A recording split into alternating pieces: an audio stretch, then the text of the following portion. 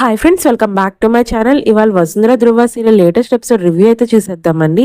మీకు కానీ వసుంధర ధృవ చెంట నచ్చినట్టయితే నా వీడియోని ఒక లైక్ చేసేయండి.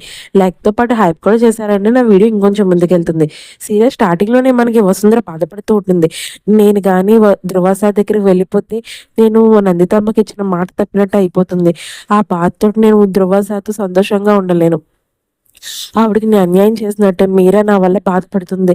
మళ్ళీ దాస్ బాబాయ్ కూడా నన్ను తిడతారు. అందువల్ల దూరంగా ఉండి ఇలాగే మనశ్శాంతిగా ఉండడం బెటర్. అక్కడికి వెళ్తే మనశ్శాంతి కోల్పోవడం తప్ప ఏమీ ఉండదు. ప్లీజ్ సార్ నన్ను అర్థం చేసుకోండి.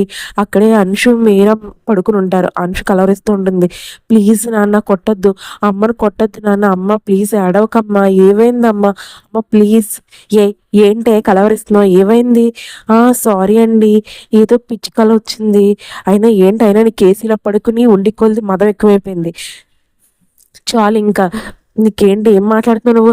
సారీ అండి, భయం వేసింది, భయం అనిపించి కలవపాట్లు వచ్చి నిద్ర ఏదోలా అయిపోయిందండి. ఇంకొకసారి నువ్వు ఎలా ప్రవర్తించావంటే అసలుకి ఇంట్లో నా పరిస్థితి నాకే అర్థం అవ్వట్లేదు. ఇలాంటప్పుడు నీ బాగోతం ఏంటి? నీ వల్ల నాకు నిద్ర కూడా లేకపోతే ఈ మనశ్శాంతి కూడా కోల్పోయినట్టు. వెళ్ళు, కిందకెళ్ళు, కిందకెళ్ళి పడుకో. ఇంకొకసారి నీ నోట్లోంచి కానీ సౌండ్ వచ్చిందో నాలుగు కోసేస్తాను, అది జాగ్రత్త. సారీ అండి, ఇంకెప్పుడు అలా జరగదండి. సర్లే కానీ కిందకెళ్ళి పడుకో, అర్థమైందా? సారీ చెప్తే నిద్ర వస్తుంది అనుకుంటున్నావా? నువ్వు అనవసరంగా చెడిపేస్తావు నా నిద్ర. సరేనండి, నేను వెళ్ళి కిందకెళ్ళి పడుకుంటాను. ఇదిగో ఈ దుప్పటి కప్పుకో.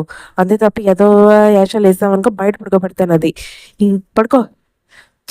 నీ వాళ్ళ నిద్ర కూడా పోయింది నాకు. ఈ ఇంట్లో ఎలాగో మనశ్శాంతి లేదు. పడుకే. అయ్యో వసుంధర ఉండుంటే నాకు ఎంతో హెల్ప్ చేద్దు. నువ్వు వసుంధర, ఎక్కడున్నావు వసుంధర? నువ్వు వచ్చేసే, నన్ను ఓదార్చడానికి నాకు ఇంట్లో ఎవ్వరూ లేరు. సరేనా, వచ్చేసే వసు. పోనీ నన్ను కూడా నీవు ఎక్కడున్నావు అక్కడ తీసుకెళ్ళిపో. నాకు ఇంట్లో అస్సలు నచ్చలేదు వసు. అక్కడే ఉన్న మల్లిక దగ్గరికి రాజు వచ్చి మాట్లాడుతూ ఉంటారు. మల్లిక, చూసావా నీ కోడలు, నా కూతురు ఎంత పని చేసిందో? నువ్వు అనుకున్నది సాధించింది. ఏమైంది రాజు? చూడు, కావాలంటే తనకు ఎంబీఏ రిజల్ట్స్ వచ్చినాయి, తను యూనివర్సిటీ టాపర్. అవునా? ఏది చూపించు. తను తక్కువ కాలంలోనే ఇంత బాగా చదువుకుని టాపర్ అయిందంటే ఒకరు ముందు నుంచి చదువుంటే ఇంకేం చేస్తున్నావు? అయినా ధృవ చూసావా, వసుంధర టాపర్ అంట. చూడు. ఒరే ఒరే ధృవ, రాజు నేను చెప్తున్నాను కదా, తన సెలబ్రేషన్స్ మామూలుగా ఉండకూడదు. తను మీ నందిత కూడా ఫోన్ చేసి రమ్మనండి. ఒకవేళ నందిత ఉంటే వసుంధర చాలా హ్యాపీగా ఉంటుంది. మనం ఎంతమంది ఉన్నా తన కళ్ళు కేవలం నందిత గురించి ఎదుగుతూ ఉంటాయి. సరేనా ధృవ, నువ్వు నందిత కాల్ చేసి రమ్మను. రాజు, నువ్వు వెళ్ళి కేక్ ఏర్పాట్లు చేయి, కేక్ తెప్పించు, తన చేత కేక్ కటింగ్ చేద్దాం. సరేనా? తను వచ్చేసి టైం అయింది, అందరూ పదండి. ఏంటి మల్లిక మేడం ఇక్కడున్నారు మీరు? ఏం లేదే వసుంధర, చూడు కావాలంటే నీకు ఎంబీఏలో యూనివర్సిటీ టాపర్ అయ్యావు నువ్వు. అవునా మేడం, థ్యాంక్ యూ మేడం, ఇదంతా మీరు నాకు హెల్ప్ చేయడం వల్లే, మీరు నాకు వెనకుండా నడిపించారు. ధృవ సార్ కూడా హెల్ప్ చేశారు. అవునే మర్చిపోయిన, ఎకనామిక్స్లో నీకు ఎంత వచ్చింది? 10/10 అమ్మ. నేను చెప్పానంటే ఆ మాత్రం వస్తుంది కదా వసుంధరకి. అయినా ధృవ దగ్గర ఎలా చదువుకుంటే వసుంధర అంత టాపర్ అయ్యింది. థ్యాంక్ యూ సార్, మీరు కూడా నాకు చాలా హెల్ప్ చేశారు. ఈ సర్టిఫికెట్తో నేను ఎంతో హ్యాపీగా ఫీల్ అవుతున్నాను.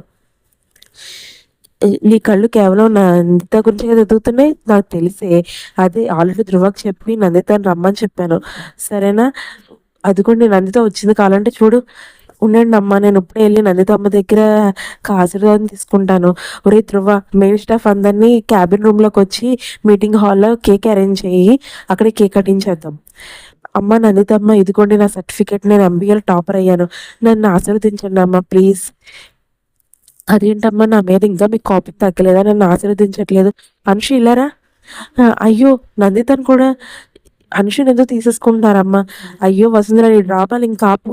అయినా నేను తెలియక అడుగుతాను, నిన్ను మాత్రం ఇంట్లోంచి వెళ్ళిపోమంటే ఈ మాత్రం దానికి నువ్వు ఇంట్లోంచి వెళ్ళిపోయి ఆ రోజే నువ్వు ఇంటి నుంచి వెళ్ళను, నేను ఈ మనుషులు వదలని చెప్పేచ్చు కదా. మళ్ళీ ఆఫీస్కి వచ్చి చేరి ఇక్కడ ఎందుకు టికెట్ వేసావు? మళ్ళీని ఏదో నా మాట ఏదో లెక్క చేసినట్టు నువ్వు ఇంట్లోంచి అయితే వెళ్ళిపోయావు. మరి ఆఫీస్కి ఎందుకు వచ్చావు వసుంధరా నువ్వు? అయ్యో అమ్మ, నేను చెప్పినట్టే చేశాను, కానీ నేను ఆఫీస్కి వచ్చే విషయం మటుకి ధృవ సార్, మల్లిక మేడమే చేశారమ్మా. అక్కడే ఉన్న దాస్ మాట్లాడుతూ, చాలా చక్కగా చేసావమ్మా, నువ్వు ఇంట్లో వెళ్ళిపోయినట్టు యాక్ట్ చేసావు. మళ్ళీ ఆఫీస్కి వచ్చి ఒకే క్యాబిన్లో మళ్ళీ కేక్ కటింగ్లు, పార్టీలు, సెలబ్రేషన్స్ అన్నీ ఒకే క్యాబిన్లో మాట్లాడుకోవడాలు. అమ్మ అన్నీ తెలుస్తున్నాయమ్మా, నీ యాక్చువల్ చాలే కానీ పద, మీరు మన లోపలికి వెళ్దాం. ఏంటి వసుంధర నువ్వు అనేది? నిన్ను కూడా నమ్మలేకపోతున్నాను ఇంక నేను. నువ్వు చెప్పిందోటి చేసిందోటి. గత సంవత్సరంగా మల్లికతో ఉండి బాగా మారిపోయావు నువ్వు. బాగా మనుషులు ఎలా మబ్బు పట్టాలో కూడా బాగా తెలుసుకున్నావు నువ్వు. అదేంటమ్మా అలా అంటారు? చాలు చాలులే కానీ పదండి లోపలికి వెళ్దాం, కేక్ తిని మనందరం వెళ్దాం, సరేనా? వసు రా కేక్ కటింగ్. చూసావా వసు అని పిలుస్తున్నాడు. వీళ్ళు ఏదో ఆఫీస్కి వచ్చినట్టు లేదు, ఏదో హనీమూన్కి వచ్చినట్టు ఉంది. సరే సర్లే మనం వెళ్ళి ఆ కేకులు తినేసి ఇంటికి వెళ్ళిపోదాం పదండి. అక్కడే ఉన్న వసుంధర కేక్ కట్ చేస్తూ ఉంటుంది. అందరికి చూడండి, నా కోడలికి వసుంధరకి యూనివర్సిటీలో టాపర్ అయ్యింది, అందరికి కంగ్రాచులేషన్స్ చెప్పండి. కంగ్రాచులేషన్స్ మేడం, మీరు ఇలాగే బాగా ఇంకా ముందుకెళ్ళాలి మేడం. ఇదిగోండి సార్, ఇదిగోండి అమ్మ మల్లికత్తమ్మ, మీరు కేక్ తీసుకోండి. అనుశుద్ధ తీసుకో. మేడం మీరందరూ కొంచెం ఎలాగే టాపర్ అయ్యారో కొన్ని మాటలు మాట్లాడండి మేడం. సరే నేను మాట్లాడతాను, అందరితోనూ మాట్లాడతాను ఖచ్చితంగా. మీరందరూ ఎంతో హ్యాపీగా ఉన్నారు కదా, కానీ మీకు ఒక విషయం చెప్దాం అనుకుంటున్నాను. అసలు ఈ వారంగా మన కంపెనీలో జరుగుతున్న విషయాల గురించి, ఈ పాప అనుషు గురించి మీరు అందరూ ఎన్నో అనుకుంటున్నారు, కానీ దానికి ఇంకా పుకార్లకి నేను ఫుల్ స్టాప్ పెడదాం అనుకుంటున్నాను. అసలు ఎందుకు వీళ్ళు వచ్చారో నేను చెప్దాం అనుకుంటున్నాను. అదే ఈ మీరా ఎవరో కాదు, నందిత అమ్మ కూతురు. మళ్ళీ అనుషు ఎవరో కాదు, ధ్రువ సార్ కూతురు. ఈ అంశుకి తల్లి ఎవరో కాదు, ఈ మీరాయే. ఈ అంశుకి ఈ అంశు వచ్చి మీరాకి ధ్రువకి పుట్టిన కూతురు. వీళ్ళ కూతురు తిను, అంతే తప్ప ఎవరో పరాయి అమ్మాయి కాదు. అర్థమైందని మీరు అందరు ధ్రువ సార్కి ఎంత మర్యాద ఇస్తారో ఈ అంశు కూడా అంతే మర్యాద ఇవ్వాలి ఈ కంపెనీలో. ఇంకో విషయం ఏంటంటే త్వరలోనే ధ్రువ సార్ మీరాకి పెళ్లి కాబోతుంది, వాళ్ళిద్దరికి పెళ్లి జరగబోతుంది, సరేనా? మీరందరూ ఇంకా అనుకున్న పెకుహర్లకి ఇంకా ఆపేసేయండి. వీళ్ళిద్దరూ త్వరలో పెళ్లి చేసుకోబోతున్నారు. ఏంటి వసు ఏం మాట్లాడుతున్నావు? అయినా ఒకసారి పక్కగా నేను మీటింగ్లో మాట్లాడాలి. ఏంటి సార్ ఏం మాట్లాడతారు? సరేనా, నేను కూడా మాట్లాడాలి. మీరా నా కూతురే, వసుంధర చెప్పినట్టు నేను దానికి ఒప్పుకుంటాను, కానీ వసుంధర సగం మటుకే నిజం చెప్పింది, ఇంకో సగం అబద్ధమే చెప్పింది. ఇంకో అబద్ధం ఏంటో నేను చెప్పిన, ఈ మీరాకి నాకు పెళ్లి కాబోతున్నట్టు. అసలు మీరా ఎవరో నాకు సంబంధం లేదు, ఈ అనుష ఎవరో నా కూతురు అన్నారు కాబట్టి నేను ఒప్పుకుంటున్నాను.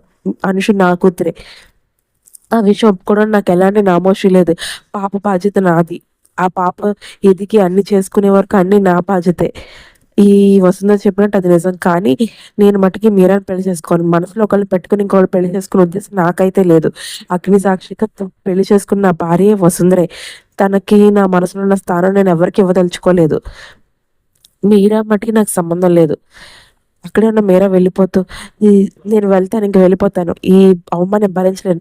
అక్కడే ఉన్న దాస్ మాట్లాడుతూ, చూసారా ఎంత అవమానం చేశారు, ఇప్పుడు వరకు నా కూతురికి ఇంట్లో పడిన అవమానం సరిపోదా, మళ్ళీ ఆఫీస్ తీసుకొచ్చి అందరి ముందు నిలబెట్టి ఈ అవమానం చెయ్యాలా? అసలు మీరా అసలు ఎన్ని పాతలు భరిస్తుందో మీకు తెలుసా, ఎన్ని అవమానాలు భరిస్తుందో తెలుసా? ఇప్పటికే తన క్యారెక్టర్ రోడ్ మీద పెట్టేసావు, ఇది కూడా నా మళ్ళీ ఆఫీస్లో కూడా తలెత్తుకోకుండా చేసాడమ్మా నీ పని. చాలమ్మా చాలు. అమ్మ వసుంధర నువ్వు చెయ్యాల్సిన పని చేసావు కదా. అయ్యో పాప నేనేం చేశాను, మామూలుగా వాళ్ళిద్దరు పెళ్లి చేసుకోబోతున్నారని చెప్పాను అంతే కదా. నువ్వు చేసింది నాకు తెలుసమ్మా, నువ్వు కావాలని చేసావు. ఈ ధ్రువం దక్కించుకోవడం గురించే కదా. నీతో మాట్లాడి వేస్టింగ్, నేను నా కూతురు దగ్గరికి వెళ్ళిపోతాను. అమ్మ అనుష పద, నందిత నువ్వు కూడా పద. వీళ్ళు నువ్వు ఇక్కడ వదిలేసి ఉంటే వీళ్ళు మళ్ళీ నీ మనసు మార్చేస్తారు. పద నందిత, సరేనా? చూసావా అమ్మాయి దాస్ బాబాయ్ ఎంత క్రియేట్ చేశారో. ఈ వసుంధర మాట్లాడకుండా ఉంటే వదిలిపోయేది. నేనేం మాట్లాడాను సార్, ఉన్న మాటగా చెప్పాను. వసుంధర స్టాప్, ఇంకా చాలు, నువ్వు చేసినంత చాలు. నాకు ఇంకా మనసు ప్రశాంతం కోల్పోయాను నేను. ప్లీజ్ కొంచెం సేపు నన్ను మాట్లాడించుకో, అర్థమైందా? అయ్యో ధ్రువ అలా మాట్లాడక, అదేదో పిచ్చి పిచ్చిగా మాట్లాడింది, వదిలేసి. సర్లే వెళ్ళిపోదాం పదండి. అక్కడే ఉన్న వసుంధర హాస్టల్లో బాధపడుతూ, నందితమ్మ నన్ను ఇంకా అర్థం చేసుకున్నాను, హాస్టల్కి వచ్చి ఉన్న ఇంటి నుంచి బయటకు వచ్చేసిన నన్ను అసలే ఊరుకోవట్లేదు. ఇక్కడే మళ్ళీ ఆఫీస్కి ఎందుకు వచ్చామని నిందిస్తున్నారు. ఇలా ఎందుకు జరుగుతుంది? నేను ఇక్కడ ఉంటే అసలు ధ్రువ సార్ మీరాతో అసలు కలవరు. నేను ఇక్కడ నువ్వు అసలు ఉండకూడదు, ఉంటే పరిస్థితుల్లో ఇక్కడ నుంచి వెళ్ళిపోవాలి. అప్పుడే ధ్రువ సార్ నన్ను వదిలి ఇంకొకరు పెళ్లి చేసుకుంటారు. నేను ఉన్నంత వరకు ధ్రువ సార్ అసలు ఇంకొకరి వైపు కన్నెత్తి కూడా చూడరు. నేను వెళ్ళిపోతేనైనా సార్ ఇంకొకరితో అయినా బంధం ఏర్పరచుకుంటారు. మల్లిక అమ్మ కూడా అంతే, నా మీద నమ్మకం ఇంకా కోల్పోలేదు. అందువల్ల ఎట్టి పరిస్థితుల్లో ఇంట్లోంచి బయటకు వెళ్ళిపోవాల్సిందే, ఎలాగైనా వెళ్ళిపోవాలి. అక్కడితో ఎపిసోడ్ అయితే పూర్తయిందని నా ఎక్స్ప్లెనేషన్ కానీ మీకు నచ్చినట్టయితే ప్లీజ్ లైక్ చేయండి, షేర్ చేయండి, కామెంట్ చేయండి. ఫస్ట్ టైం కానీ ఛానల్ చూస్తున్నట్టయితే సబ్స్క్రైబ్ చేసి బెల్ ఐకాన్ ప్రెస్ చేయండి. నేను వీడియో పెట్టగానే నోటిఫికేషన్ వచ్చేస్తుంది.